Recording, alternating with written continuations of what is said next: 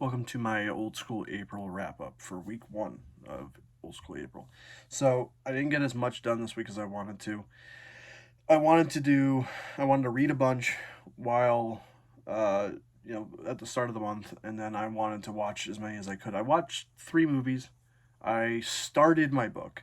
I did not read very much of the book. I'm going to read more of it tonight, but I wanted to get this video out. So, the first movie I watched was Johnny Tsunami, which I made a TikTok about if you didn't see it.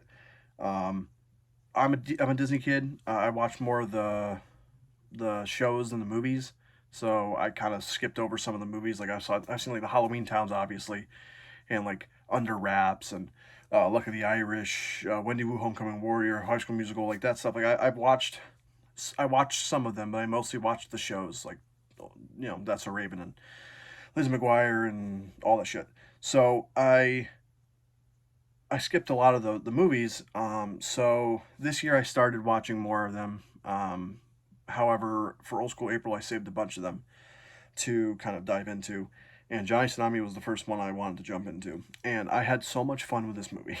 it's it is just like any other Disney Channel original movie. It is about a lot of the same things. And it's not like it's not Citizen Kane. It's a TV movie that we watched as kids. Um, and there's absolutely nothing wrong with that because this was such a cozy watch. It was funny. There's actually some genuine emotion in there that really actually caught up with me. And I just really enjoyed all the characters. Johnny himself was a blast to watch. I loved his buddy Sam. The bullies were just like those '90s bullies that you love in your '90s shows. Just such a little twerp. But I thought that was a really fun movie. And actually, my favorite part of the movie is uh, a scene with um, Johnny Tsunami. Well, actually, Johnny Tsunami, the actual Johnny Tsunami, the grandpa, and his son, obviously Johnny's father, talking on the deck. I thought was a genuinely really great scene. But I loved that damn movie. I had so much fun with it. I gave it 4 stars on Letterboxd. After that, I watched Xenon, Girl of the 21st Century, which I've been yelled at for a long time for not having watched.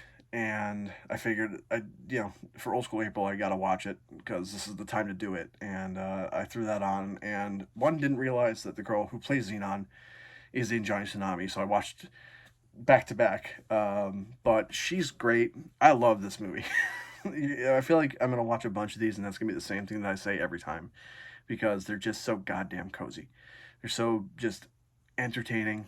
I was actually surprised by the quality of the visual effects. Obviously it doesn't look that great now. It's pretty dated, but I'm just thinking back to like that era and thinking to myself, for a TV budgeted Disney Channel original movie, that looks pretty good for the space station and all that stuff. I was actually kind of impressed by how good that stuff looked. Um, but it's actually not the movie I thought it was going to be either, because I didn't read the synopsis going into it. I just watched it.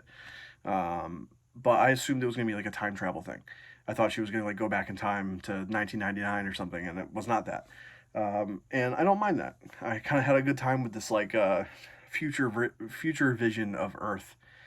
That's kind of like it's just kind of like 1999 but more radical in some ways, and the slang is kind of crazy.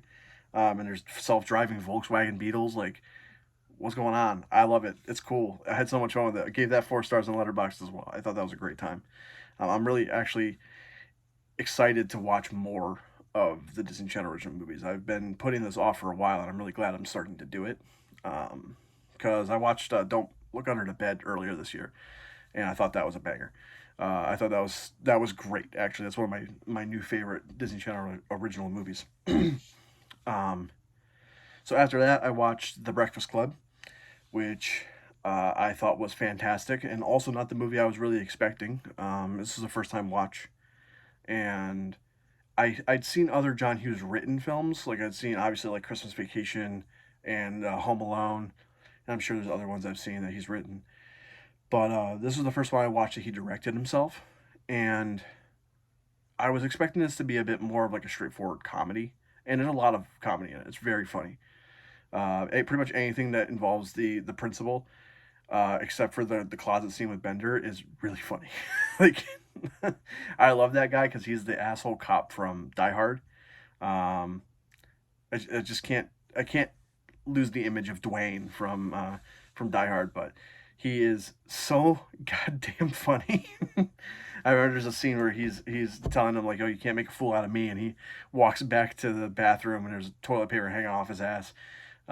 It's really funny. I was cackling watching it, and but I wasn't expecting the emotional aspect of the film, the tackling of the struggles of teenagers. Teenagers. We always kind of view our teenage years as sometimes, well, some of us do.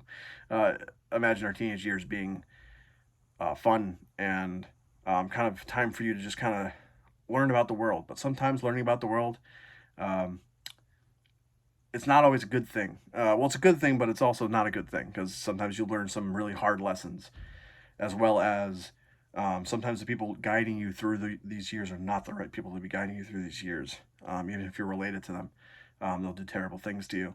And also that you might see somebody who's a jock or somebody who's a popular girl or someone who's a stoner, and you think you know them. You think that's just all the totality of what they are, and the reality is people are very complex. And I think that that's a really great thing to show people.